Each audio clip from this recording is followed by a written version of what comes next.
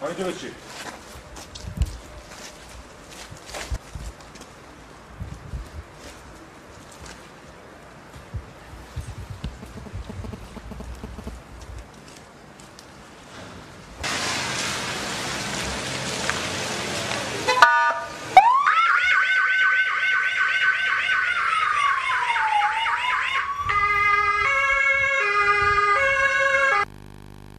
شما خودتون مسئول مسئول بودیم مسئول بودیم چند سال سنده؟ 29 29 سال اهل کجایی؟ نور شما؟ مهدی انتظار از نور مهدی؟ انتظار از نور چند سال؟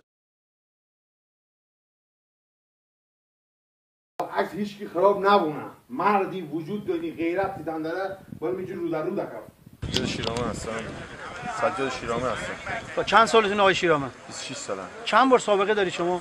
13 بار یه فیلمی از شما تو صفحه تلگرام هست این فیلم به چه صورت پخش شد؟ با آقای نایجی مشکل شخصی داشتم چای پرخانی کردن که من تیر دادم فلان بعدنش هم من این فیلم انداختم که بیرون که من تیر دادم الان که دستگیر شدید تحویل مرجع قضایی شدید چه حس و حالی دارید؟ اشتباهاتی که کردم پشیمانم از مردم عامل معذرت خواهی میکنم. مرداد نایجی هستم. چند سالتونه؟ 26 سال. شما الان پاتون تیر خورد. این جریان دستگیریتون به چه شکل بود؟ توضیح بدید. پیشم درگیری فراری بودم. بعد بچهای نیروی انتظامی تیر زدن منو.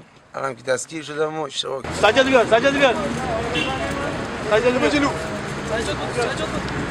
بیا جلو سجاد. فقط سجاد.